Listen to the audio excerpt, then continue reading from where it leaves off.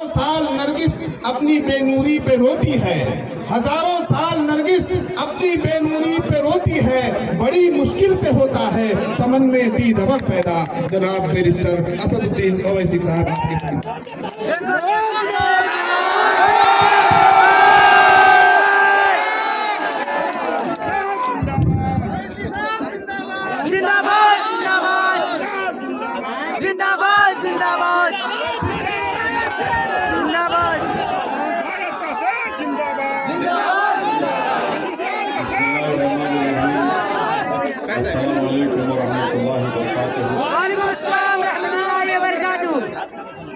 फरमान नगर रोजगारी के मौजूद अवाम बुजुर्गान कौम और मिल्लत, मेरे नौजवान साथियों, हमारे दोस्त वो बुजुर्ग मुफ्ती अतर जावेद कासमी साहब, मंच पर बैठे हुए तमाम मौजूद उलमाए किराम, मोहतरम जनाब अख्तर ईमान साहब, मोहतरम जनाब आदिल हसन साहब, मोहतरम जनाब हसनैन साहब, तौसीफ साहब, मासूम साहब, राना रंजीत साहब, अमीरुल साहब, राहिल साहब, एहतशाम साहब, बाबा अकील साहब, कारी सलाहुद्दीन साहब, अतर साहब, शमीम नदवी साहब, मैं आप तमाम का शुक्रगुजार हूँ कि आप तमाम ने अपना कीमती वक्त निकाल कर आज यहाँ पर आप तशरीफ़ लाए। हमको मौलाना अतर जावेद कासमी साहब ने कहा था कि उलमाए किराम से मीटिंग है, मगर अब जाकर पता चला कि इनके पास कश्फ करामात भी है कि उन्होंने उलमाए किराम की मीटिंग को एक जलसे आम में तब्दील कर दिया है। और मैं आपका शुक्रगुजार हूँ मुफ्ती साहब, और मैं बताना चाहूँगा कि हमारी मुफ्ती साहब से एक लंबे अरसे के बाद, बल्कि मजलिस इत्तेहादुल मुस्लिमीन जब 2015 में सीमांचल में आई थी तो मुफ्ती साहब मजलिस इत्तेहादुल मुस्लिमीन के फाउंडिंग अरकान में से एक मेंबर रहे हैं।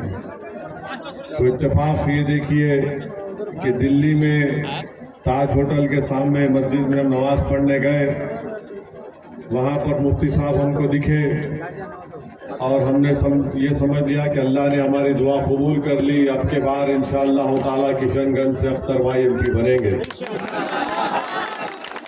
तो हम मुफ्ती साहब को पकड़ लिए वहाँ पर। हम बोले मुफ्ती साहब कहाँ जा रहे हैं? मुफ्ती साहब तेज जा रहे थे, उनका हाथ पकड़ लिए मस्जिद में और उनसे हमने कहा कि मुफ्ती साहब अब भागना नहीं, अल्लाह का घर है, अब आपको दोबारा मजलिस में काम करने की ज़रूरत है। तो अल्हम्दुलिल्लाह मुफ्ती साहब ने बड़े ही खुले दिल का मुजाहरा किया और कहा कि मैं हमेशा मजलिस के लिए था और इंशाअल्लाह ताला हम आपसे बात करेंगे।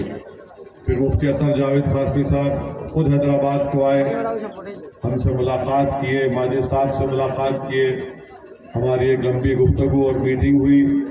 और फिर आज अल्हम्दुलिल्लाह हम देख रहे हैं कि मुफ्ती अतर जावेद कासमी साहब आज पूरी ताकत के साथ अख्तर ईमान साहब को कामयाब करने के लिए, बल्कि किशनगंज और सीमांचल की आवाम के उनके हुकूक दिलाने के लिए तो पहले से ज़्यादा सरगर्म अमल हो चुके हैं। मैं उनका भी शुक्रिया अदा करता हूँ और तमाम मौजूद उलमाए किराम का भी शुक्रिया अदा करता हूँ। अभी आपने मोहतरम जनाब अख्तर ईमान साहब के बसीरत अफरोज़ खिताब को सुना। मैं आपसे सिर्फ इतना ही कहूँगा, आपके विधानसभा ठाकुरगंज में भी आती है और थोड़ा इलाका बहादुरगंज में भी आता है, ठाकुरगंज और बहादुरगंज में आता है। मेरी आपसे एक ही गुजारिश है कि आपको एक बेहतरीन फाल और हरकियाती शख्स को किशनगंज का MP बनाकर दिल्ली को भिजाना है। अगर आप इस बार भी वही सेकुलरिज्म के ढकोसले वादों का शिकार हो जाएंगे तो फिर आप नुकसान किशनगंज की जनता का होगा। यहाँ पर आपने जावेद साहब को 2019 में उनको कामयाबी मिली। रुकिए जावेद साहब को कामयाबी मिली और जावेद साहब के ताल्लुक से तौसीफ साहब ने कांग्रेस के मन से ही कह दिया कि जावेद साहब ने किशनगंज की जनता के दरमियान में नहीं थे। कहा था ना उन्होंने, सुना ना आप तमाम, हम नहीं कह रहे। जब वो खुद कह रहे हैं तौसीफ साहब, तो फिर उसमें सच्चाई है। दूसरा, जावेद साहब ने एक इंटरव्यू में कहा कि उन्होंने 5 साल में 1.5 लाख किलोमीटर पैदल चले हैं किशनगंज में। 1.5 लाख किलोमीटर। नहीं, सुनिए, हैदराबाद यहाँ से 9,000 किलोमीटर होगा। 9,000 किलोमीटर है, तो अगर चलिए मान भी लिए 1.5 लाख किलोमीटर चले जावेद साहब, तो रोज उनको 100 से 150 किलोमीटर चलना पड़ेगा। अब आप बताइए, जावेद साहब ऐसा लग रहा है कि नरेंद्र मोदी के साथ झूठ बोलने का कंपटीशन कर रहे हैं। नरेंद्र मोदी ने कहा था कि मैं 15 लाख दूंगा, 2 करोड़ नौकरियां दूंगा, तो जावेद साहब ने कहा कि मैं भी लंबी छोड़ता हूं, 1.5 लाख किलोमीटर मैंने 5 साल में किया। तो हम मुबारकबाद देते हैं जावेद साहब को कि आपने कम से कम मोदी का एक कंपटीशन में आप भी आ गए झूठ बोलने में।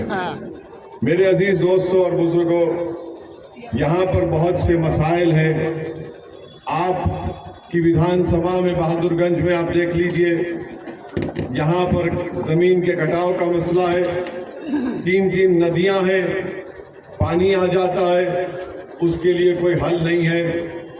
आप अनानास और चाय की पैदावार करते हैं, उसकी कोई कीमत नहीं मिलती। यहाँ पर अगर म्यूटेशन कराना है ज़मीन का, तो आपको रिश्वत देनी पड़ती है, बगैर कमीशन के कोई काम नहीं होता है। तो ये तमाम चीज़ें, इसका हल एक ही है कि आप एक खुददार और गयूर अख्तरुल ईमान को कामयाब करिए, जो आप तमाम की तकालीफ को दूर कर सकेगा। भारत की पार्लियामेंट में मैं आपको वादा कर रहा हूं कि अगर आप अख्तरुल ईमान साहब को यहां से अपना रुकने पार्लिमान मुंतखब करके भिजाएंगे, तो अख्तरुल ईमान हमारे साथ हमारे बाजू पार्लियामेंट में बैठेंगे इंशाअल्लाह ताला।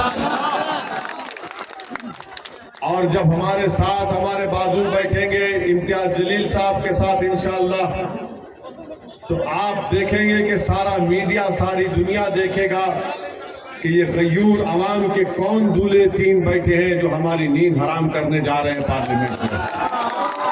तो मेरी आपसे यही गुजारिश है कि 26 अप्रैल को जब आप अपने घर से निकलेंगे, अपने एक वोट का सही इस्तेमाल करिए।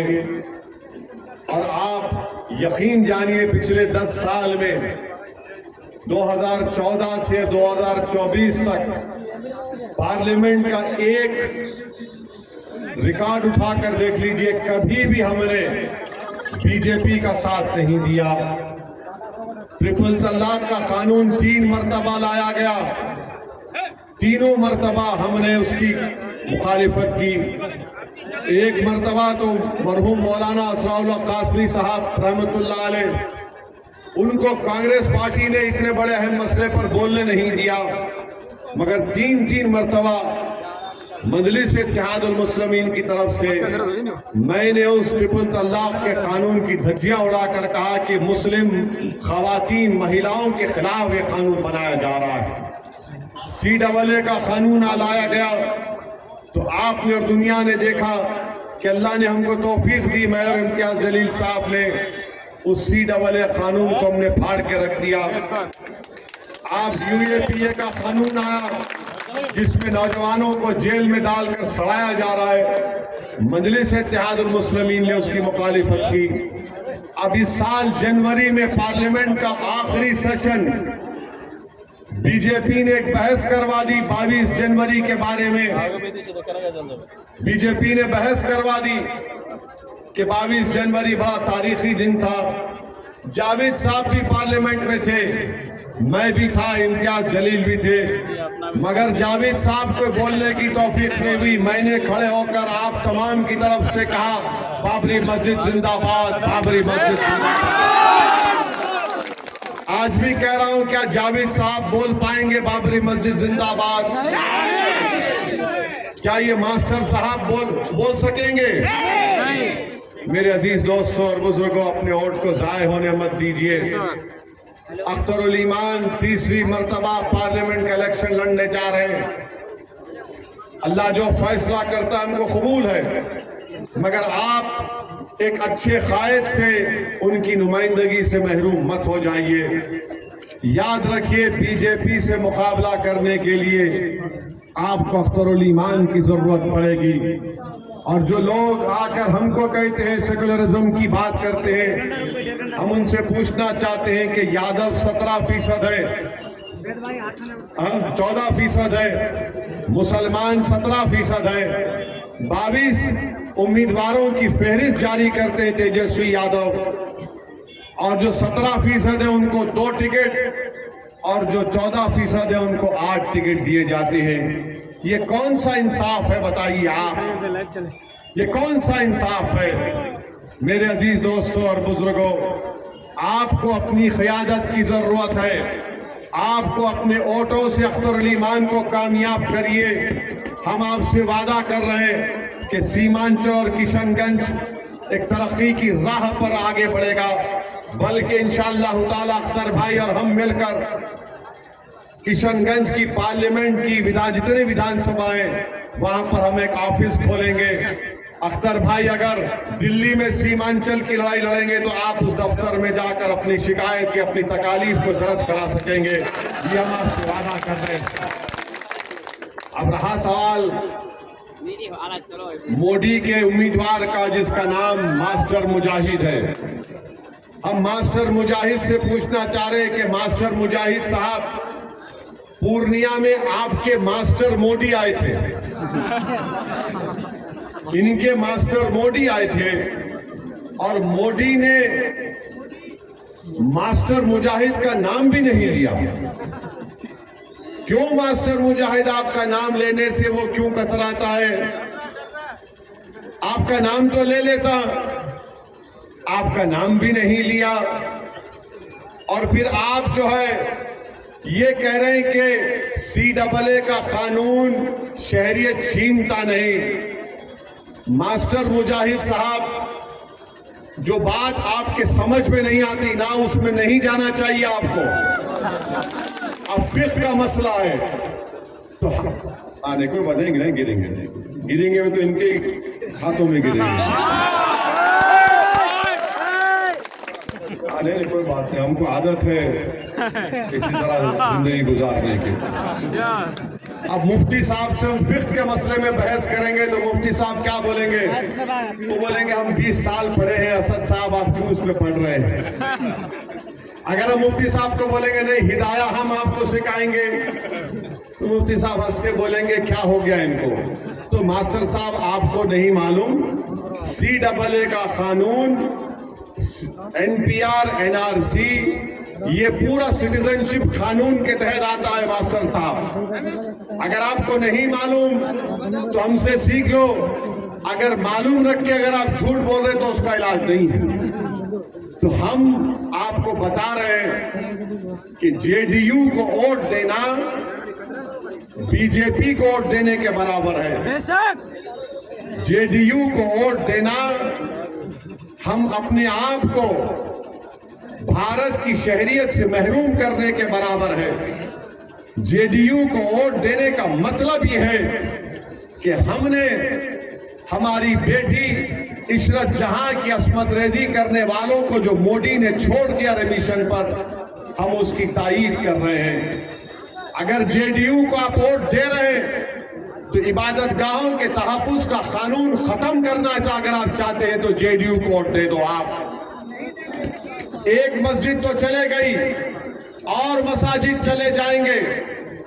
अगर आप JDU को वोट देंगे तो तैयार हो जाइए, मदरसों पर आज जो खतर बादल मंडला रहे, उत्तर प्रदेश में मदरसों को खत्म करने की कोशिश की गई, सुप्रीम कोर्ट को जाना पड़ा। तो अगर आप जेडीयू को वोट दे रहे हैं तो आप अपने मदरसों को खतरे में डाल रहे हैं। अगर आप जेडीयू को वोट दे रहे हैं तो फिर आप बीजेपी से कह रहे हैं कि हिजाब पर कानून बना दो। तो इसीलिए हम आपसे अपील कर रहे हैं कि एक तरफ जेडीयू बीजेपी है और दूसरी तरफ जावेद साहब हैं। 5 साल आपने उनको देख लिया, नाकारा साबित हुए हैं। इनके पास कोई प्रोग्राम नहीं है, सिवाय एक ही बात कहेंगे कि ओवैसी और अख्तरुल ईमान जज्बाती तकारीर करते हैं। हम आपसे अपील कर रहे हैं खुदा के लिए, 26 तारीख के दिन गलती मत करिए, अख्तरुल ईमान को अपना एमपी मुंतखब करिए। हम आपसे कह रहे हैं कि इंशाअल्लाह ताला आप देखेंगे किशनगंज में तरक्की होगी और मंजलिस में ताकत है बीजेपी से मुकाबला करने की।